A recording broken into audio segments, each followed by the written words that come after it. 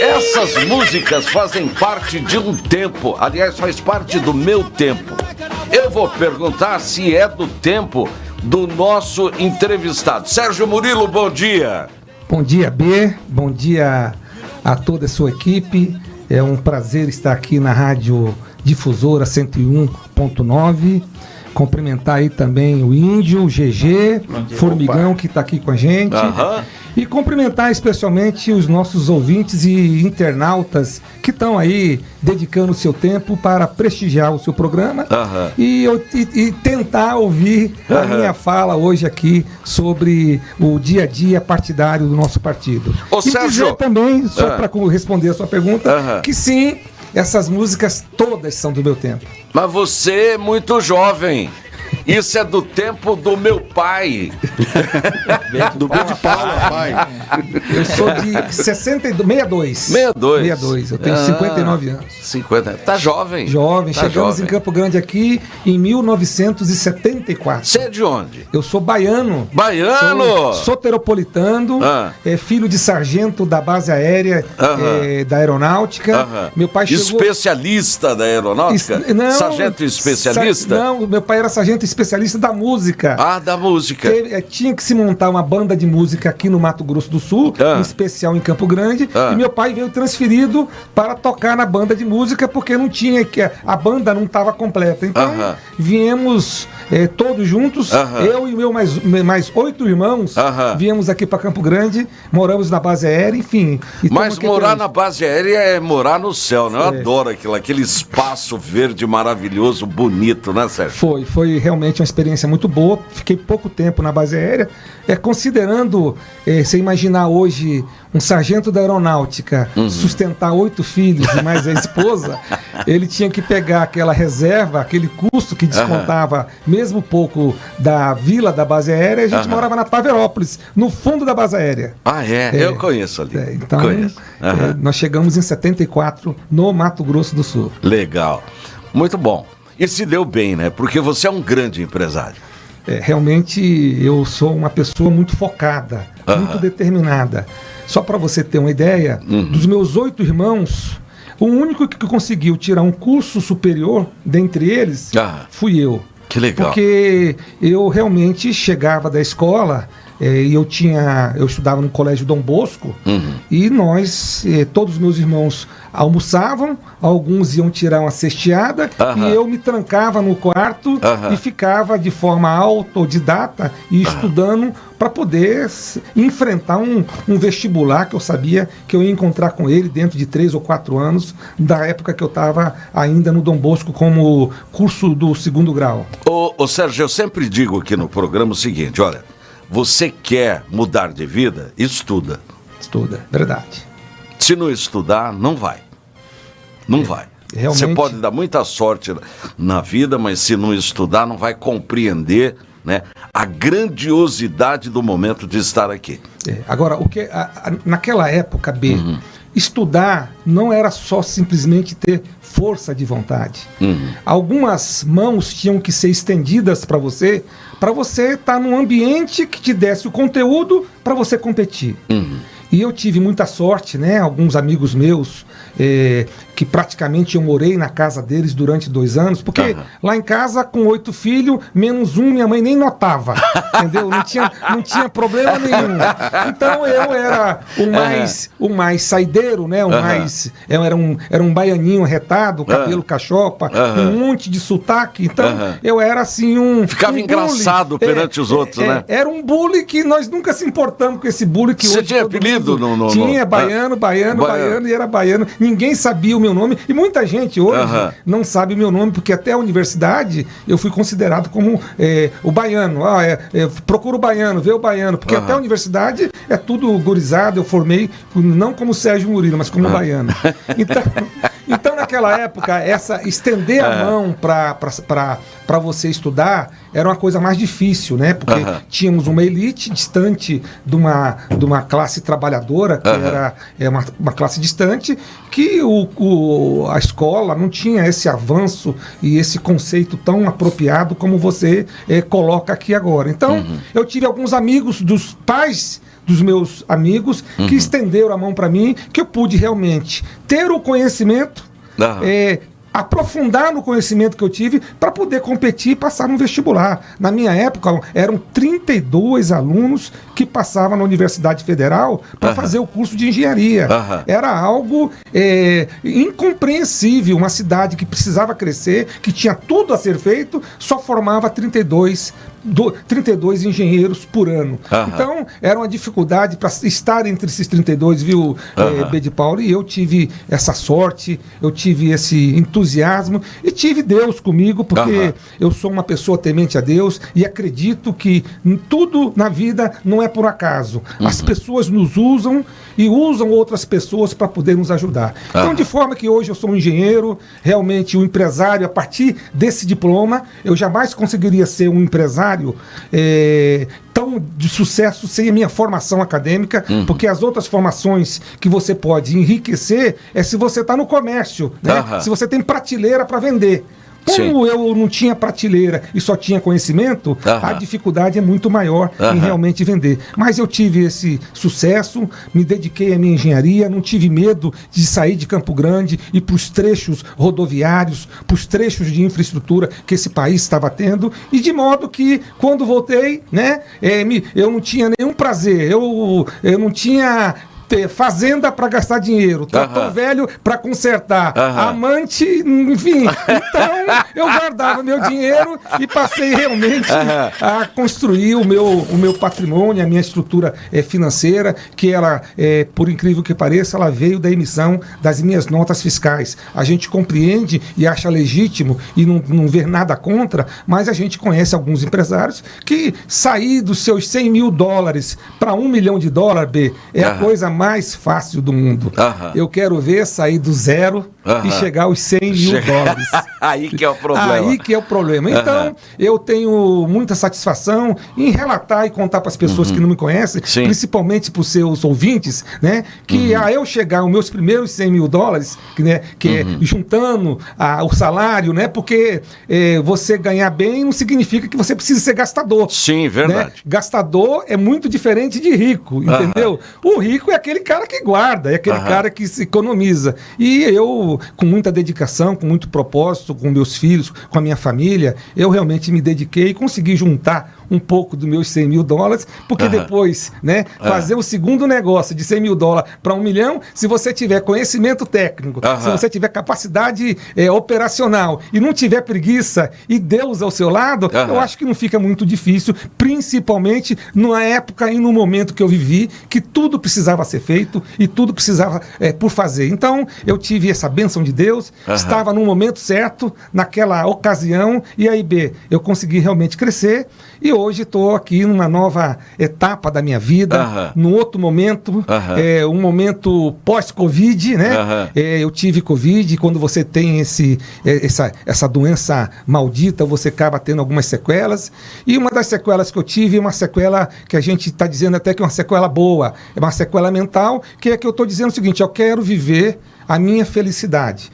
Porque se eu estiver feliz, se eu estiver contente com o que eu estou fazendo, as pessoas que estão no meu entorno ficarão felizes e minha família vai me respeitar e vai acreditar que realmente eu passei por aqui numa etapa boa, num momento adequado, e se tiver que voltar ou não voltar, dependendo do meu credo, eu posso realmente voltar ou não voltar, mas pelo menos os meus últimos 10 anos ou 20 anos de vida nesse mundo aqui, eu gostaria de viver como eu quero, como eu gosto, como eu posso ajudar, e sinceramente eu estou num momento hoje que estou querendo ajudar as pessoas. Por isso eu montei o projeto e me dediquei a esse projeto do Podemos, que praticamente vem dando certo, eu tenho tido algumas sortes, e hoje a gente está numa importância muito boa aqui no Mato Grosso do Sul, conduzindo o destino do Partido Podemos no Mato Grosso do Sul. Esse é o Sérgio Murilo, nosso querido baiano. Ô Sérgio, você já é um homem realizado na vida empresarial e agora entra num caminho que é complicadíssimo, que é a tal de política.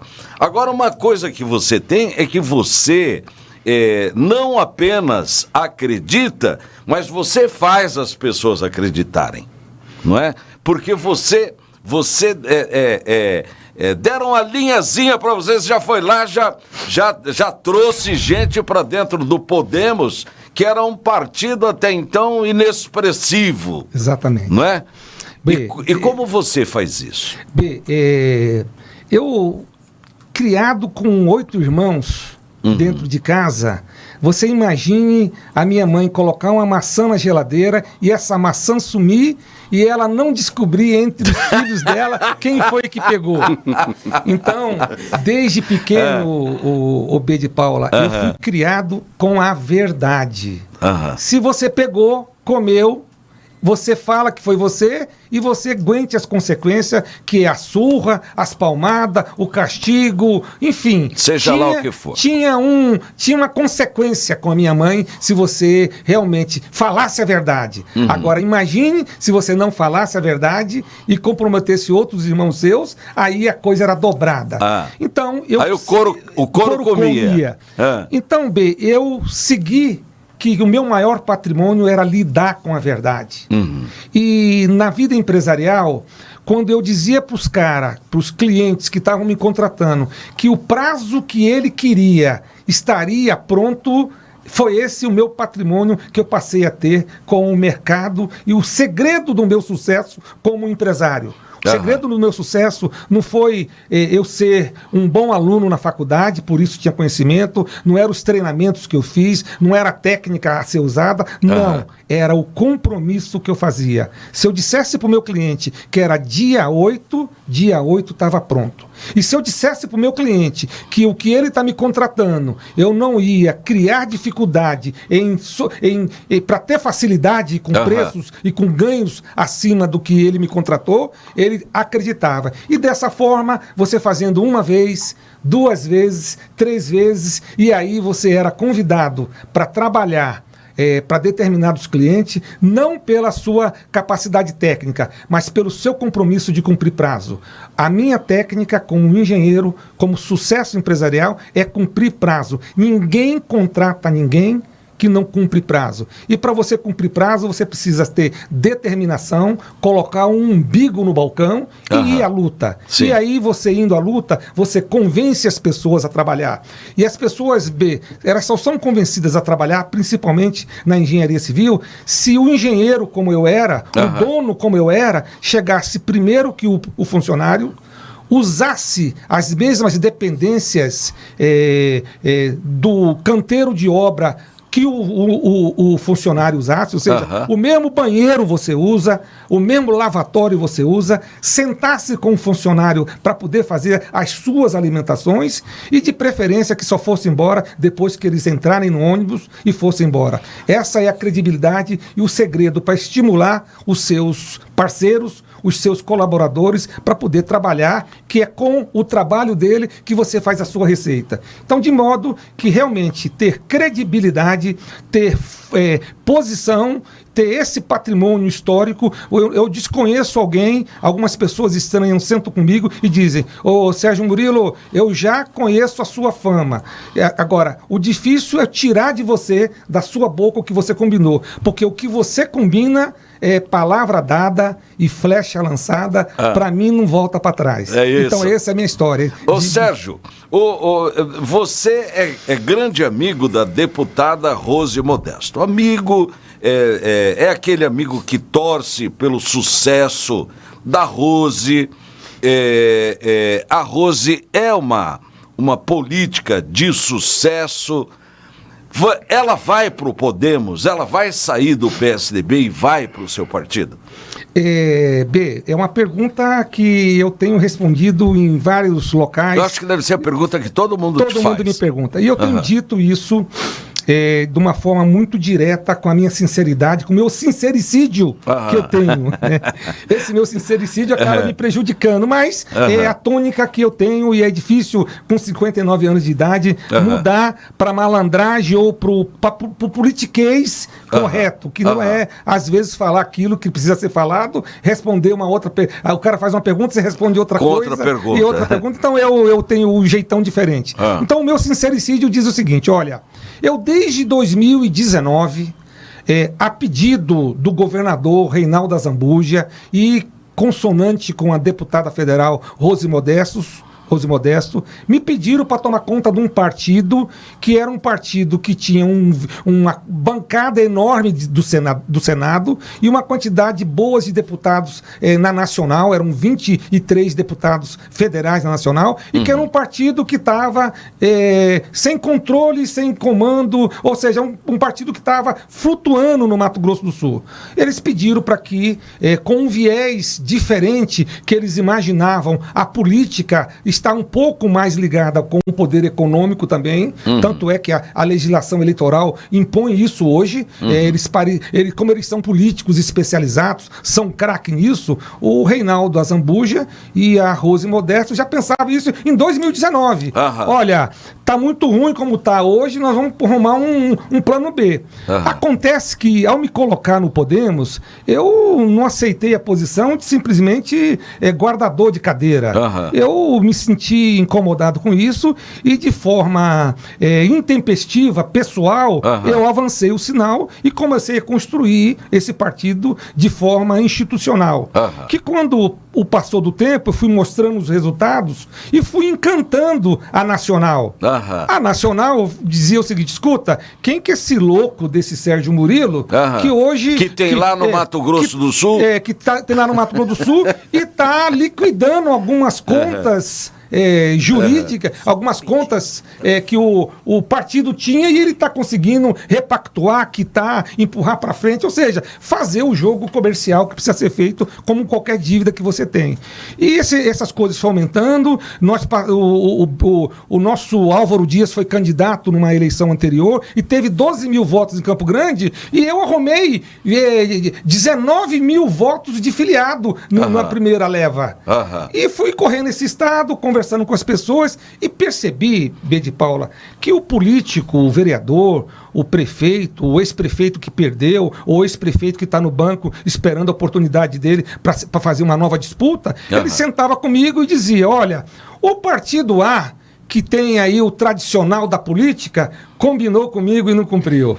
O partido B, que tem outro cacicão bacana, histórico, também combina e não cumpre. Aí eu encontro esse besta aqui na minha frente, chamado Sérgio Murilo, que a gente percebe que a fala dele tem coerência, o raciocínio dele é correto, e o que ele está me propondo, eu acho que esse cara vai cumprir, porque é tão pouco que o que ele está me propondo, que eu acho que é melhor eu ficar com esse moço, aceitar a condição desse moço, e ficar com ele, tocar a vida para frente, e não aceitar o A que já me deu um balão, o B que já me deu um balão, e assim foi a minha construção partidária. E de modo, né, que tem um número importante que as pessoas não entendem, não acreditam e não veem, né, que nós conseguimos propor 500 candidatos a vereador na eleição de 19.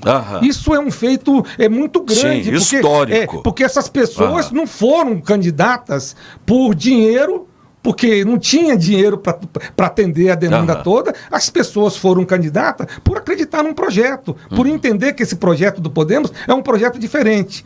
E pedia sempre que estudasse o programa e os dogmas do nosso partido. E dessa forma, eu construí realmente uma candidatura forte de pessoas. E desde lá eu dizia, olha, gente, eu tenho uma convicção e tenho uma intenção. A Rose Modesto virá para o partido e será candidata a governadora desse estado.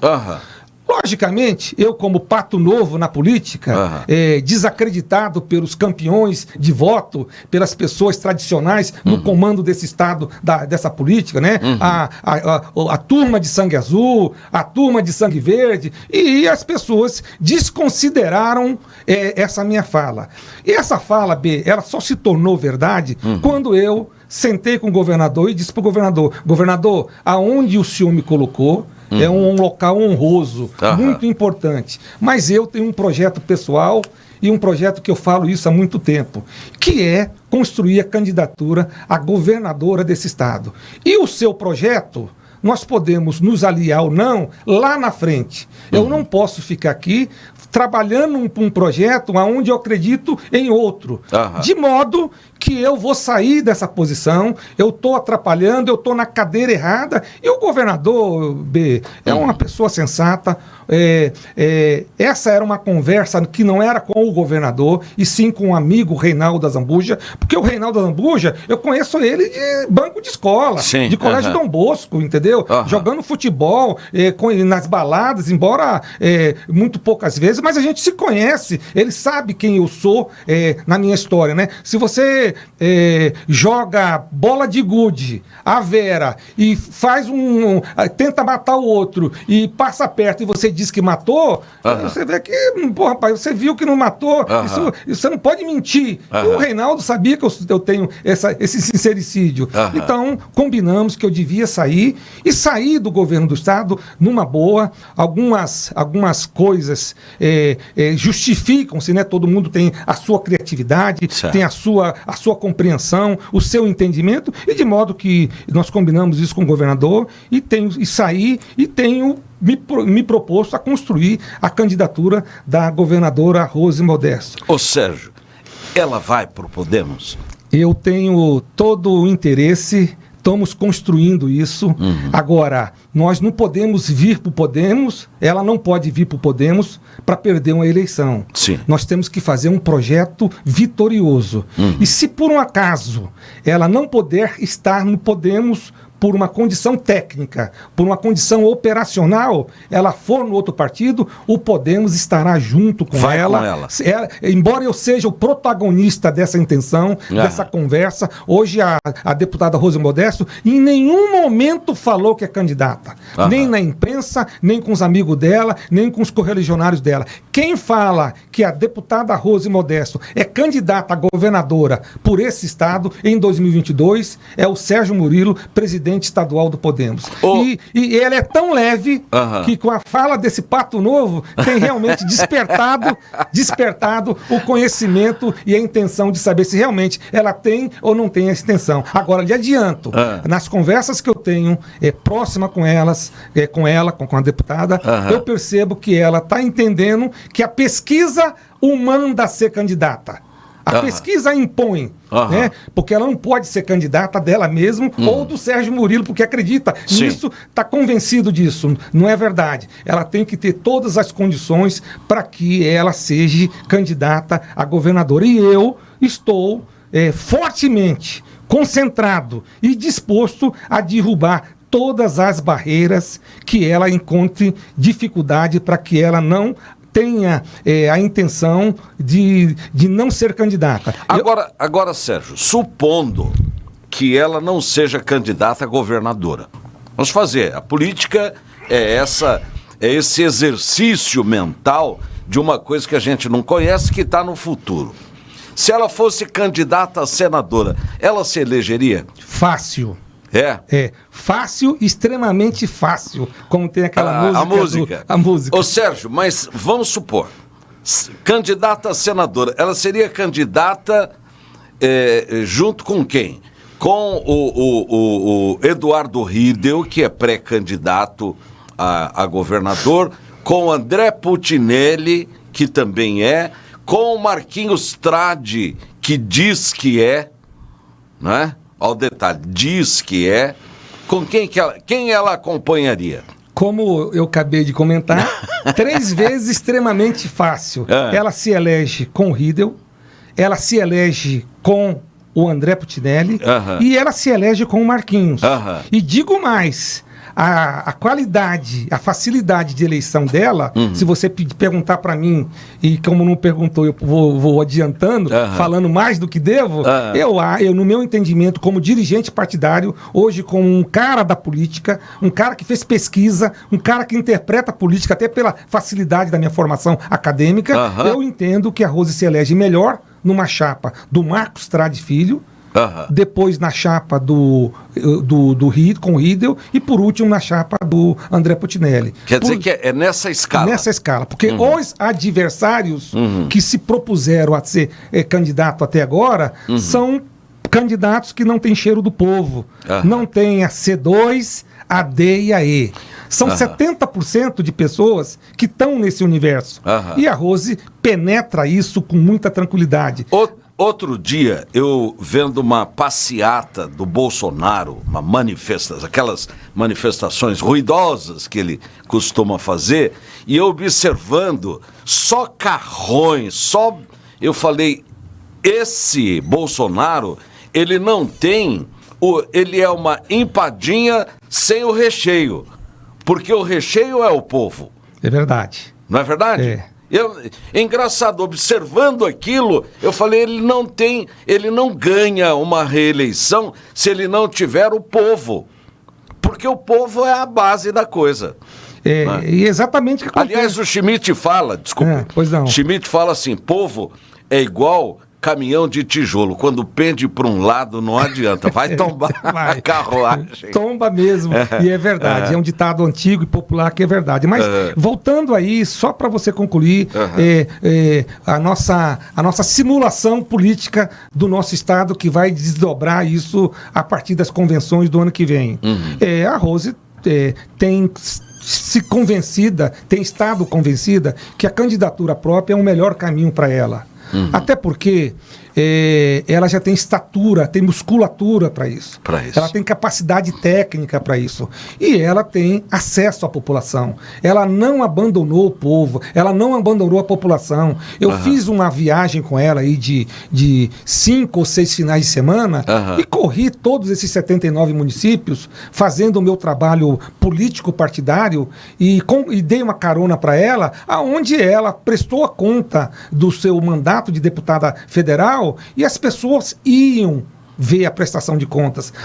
As pessoas queriam tirar fotografia com ela, fazer a relação, porque ela é uma pessoa acessível. A população hoje, viu, não adianta imaginar que a mídia, que a rede social lhe dá esse conhecimento e essa acessibilidade. O que o povo quer é pegar na mão, olhar nos olhos e entender se as pessoas estão falando é sincero ou não. E um exemplo disso foi o que eu fiz no Podemos. Soltar 500 candidatos a vereador no estado todo, foi olho no olho, não foi dinheiro, não foi reciprocidade, eu não tinha mandato, eu não tenho colocação eu não tenho emenda para dar, eu não tenho tá de mão vazia, governo presente para dar, eu tô de mãos limpas e o que eu consegui realmente é um sucesso de Deus e das pessoas que acreditaram na minha fala. Vou te fazer outra pergunta. Eu tenho de um lado a Tereza Cristina, que é uma ministra. Isso. Tem uma musculatura do cargo. Do outro lado, a Rose. As duas disputando o Senado. Quem ganha? Com o preço da carne como tá? Com o preço do arroz como tá? Eu não tenho dúvida que a Tereza Cristina, a ministra Tereza Cristina, terá que fazer um grande esforço para poder convencer esses 70% do eleitorado que está na C2, D e E. O recheio. Que esse recheio pode entrar no molde da empadinha dela. Eu acho difícil.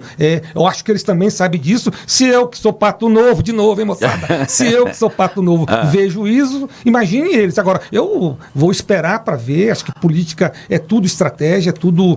Não dá para combinar com o povo. Isso não combina. É mais de 1 milhão de pessoas que estão na C, 2, D e E. Não dá para combinar isso. Ô Sérgio, esses dias atrás teve aqui o Paulo Duarte, deputado Paulo Duarte, meu amigo, e ele disse o seguinte, falei, não, por que você não faz isso? Ele falou, ô B, eu sou pato novo não mergulha fundo. É verdade. Olha, eu conversaria com você mais horas aqui, mas o nosso tempo está acabando. Eu quero, estão pedindo aqui o telefone do Podemos.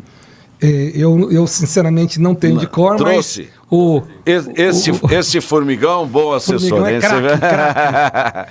O Formigão vai.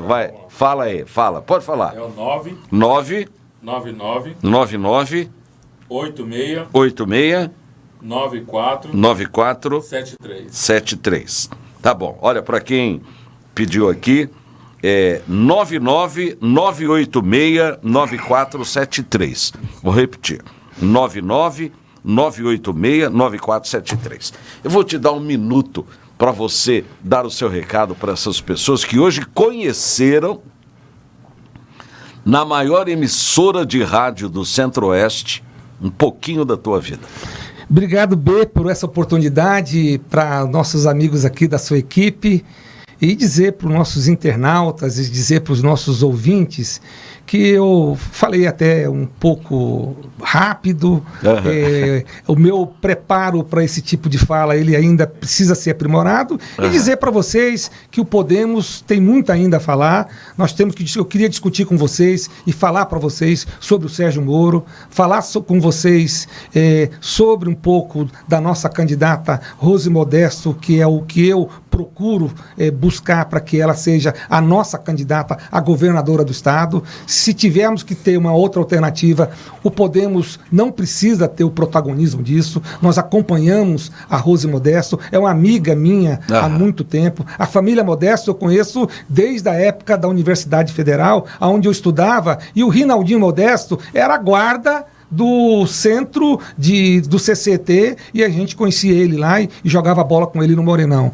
De forma que eu quero dizer para as pessoas que estão ainda não pensando na política, porque as pesquisas dizem que 40% da população ainda não quer discutir política. E quando voltar a discutir política, pense sim numa oportunidade, no novo, nas coisas da população que pode chegar para ela de forma isenta do amor, das questões queridas que podem acontecer nesse estado. E precisamos sim falar um pouco do Rádio Clube, que eu também sou presidente do Rádio Clube. É um clube centenário. Sim. Nós temos 100 anos aí de Rádio Clube. É um clube que tem 100 anos de cultura. Conversar um pouco também sobre a atividade econômica do nosso estado. Enfim, eu me sinto... Volta aqui. Você se sentiu à vontade? À vontade. Eu queria ser convidado de novo para voltar aqui e discutir com você, internauta, e você, ouvinte, um pouco mais sobre Rádio Clube, Podemos e as condições econômicas que o Estado está se movimentando para o futuro do nosso Estado. Um obrigado para vocês. Obrigado também, um Feliz Natal, um próspero Ano Novo. Ano que vem nós estamos aqui de volta. Isso mesmo, tá obrigado. Bom? Um abraço, Sérgio.